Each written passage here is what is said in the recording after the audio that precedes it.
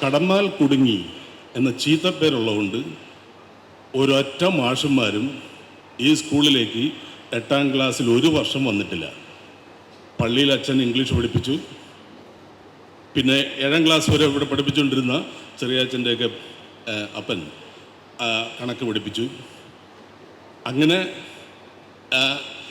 ആണ് ഈ സ്കൂള് വളർന്നത്. അപ്പോൾ കടന്നാൽ കുടുങ്ങി എന്ന ഒരു ചീത്തപ്പേരിൽ നിന്നും നമുക്ക് ഈ ഫിലിം ഫെസ്റ്റിവലിലൂടെ ചെയ്യാൻ കഴിയുന്ന ഒരു കാര്യം, കടന്നാൽ കുടുങ്ങിയല്ല, കടന്നാൽ കിടുങ്ങി നിങ്ങൾ എന്ന് തോന്നണം. അത് തോന്നി എന്ന് എനിക്ക് തോന്നുന്നത് ഗിരീഷ് കാസറവള്ളി അദ്ദേഹത്തിൻ്റെ പ്രഭാഷണത്തിൽ പറഞ്ഞ ഹെഗഡു എന്ന ഒരു കുഗ്രാമത്തിൽ ഒരു പരീക്ഷണം നടത്തിയത് അദ്ദേഹത്തിൻ്റെ തന്നെ അമ്മാവനായിട്ടുള്ള KV സുബണ്ണ എന്ന ദാർശനികനായിരുന്നു. അപ്പോൾ അദ്ദേഹം ഈ ക്ലാസിക് സിനിമകൾ, മേരി ചേച്ചി പേടിച്ച് കഴിഞ്ഞ കൊല്ലം പേടിമാറിയ നല്ല സിനിമകൾ, മേരി ചേച്ചി പറഞ്ഞത് ഒരാളിങ്ങനെ നടന്നു വരുന്നു, കുറേ കഴിയുമ്പോഴത്തേക്ക് അയാൾ തിരിച്ചു പോകുന്നു, ചായ കുടിക്കുന്നു, ബീഡി വലിക്കുന്നു, കാര്യമായും സംസാരിക്കുന്നില്ല. അങ്ങനെ ഉള്ള ആ ഒരു പേടി മാറ്റിയെടുത്തത് സുബണ്ണയാണ്. ഈ സുബണ്ണ അവിടെ അടയ്ക്ക കൃഷിക്കാരെ ഒക്കെയാണ് ഈ ക്ലാസിക് സിനിമകൾ കാണിച്ചു കൊടുത്തത്. ഇപ്പോഴും നിങ്ങൾ ഹെഗഡുവിൽ പോയാൽ നിങ്ങൾക്ക് നല്ല പച്ച കന്നഡയിൽ ബെർഗ്മാൻ്റെയും തർക്കോസ്കിയുടെയും ചാർലി ചാപ്ലിൻ്റെയും ഒക്കെ സിനിമകളെക്കുറിച്ച് ഈ അടയ്ക്കാമരം കയറുന്നതിനിടയിൽ അവർ പറഞ്ഞ് മനസ്സിലാക്കി തരും. ഇത് ഞാൻ നേരിട്ട് കണ്ടിട്ടുള്ള കാര്യമാണ്.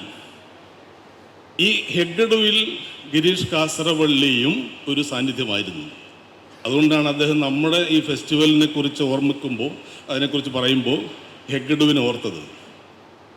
കാരണം ഫിലിം ഫെസ്റ്റിവൽ എന്ന് പറയുന്നത് ഒരു എലീറ്റ്, അതായത് മേരി ചേച്ചിയാണോ പറഞ്ഞത് ബുദ്ധിജീവി എന്ന്, ബുദ്ധിജീവികളുടെ ഒരു കളി, ഉഡായിപ്പ് ആണ് ഈ ഫിലിം ഫെസ്റ്റിവൽ.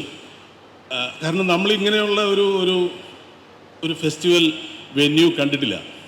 നമ്മൾ തിരുവനന്തപുരത്തൊക്കെ ചെന്ന് കഴിഞ്ഞാൽ, അല്ലെങ്കിൽ ഗോവയിൽ പോയി കഴിഞ്ഞ് കഴിഞ്ഞാൽ, അവിടെ ഒരു റെഡ് കാർപ്പറ്റിലൂടെ കുറേ പ്രത്യേകിച്ച് താരങ്ങൾ അരയന്നങ്ങളെപ്പോലെ നടന്നു പോകുന്നു, കുറേ ഫിൽം മേക്കേഴ്സ് വരുന്നു.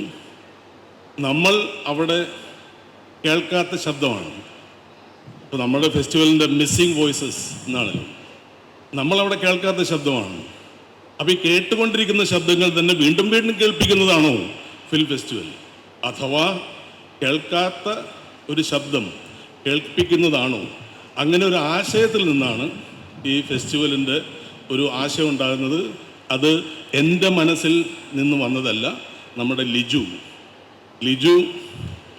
അച്ഛനോടൊന്ന് പറയുന്നു, അച്ഛൻ എന്നോട് പറയുന്നു. അങ്ങനെ ലിജുവിൻ്റെ ഒരു ആശയത്തെ ഒന്ന് വലുതാക്കുക എന്ന കാര്യം മാത്രമാണ് ഇതിൻ്റെ ആശയത്തിൽ എനിക്കുള്ള പങ്ക്.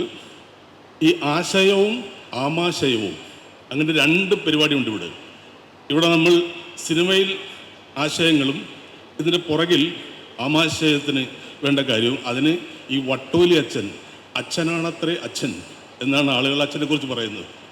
അപ്പോൾ ഈ വട്ടോലി അച്ഛനാണ് ഇതിൻ്റെ ആമാശയവും ആശയവും തമ്മിൽ ബന്ധിപ്പിച്ചത്. So the person with whom I did the signature film is Suraj.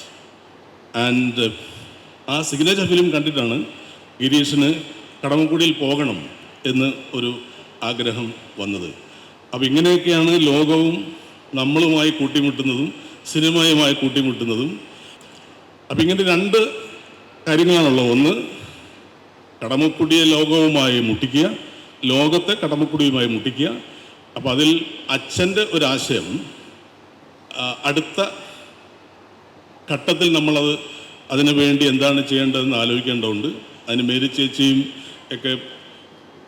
ചേച്ചി സാധാരണ മീറ്റിങ്ങുകൾക്ക് ഇടയിലാണ്, 2 മീറ്റിങ്ങുകൾക്കിടയിലാണ് ഫെസ്റ്റിവലിന് വേണ്ടി സമയം തരുന്നത്.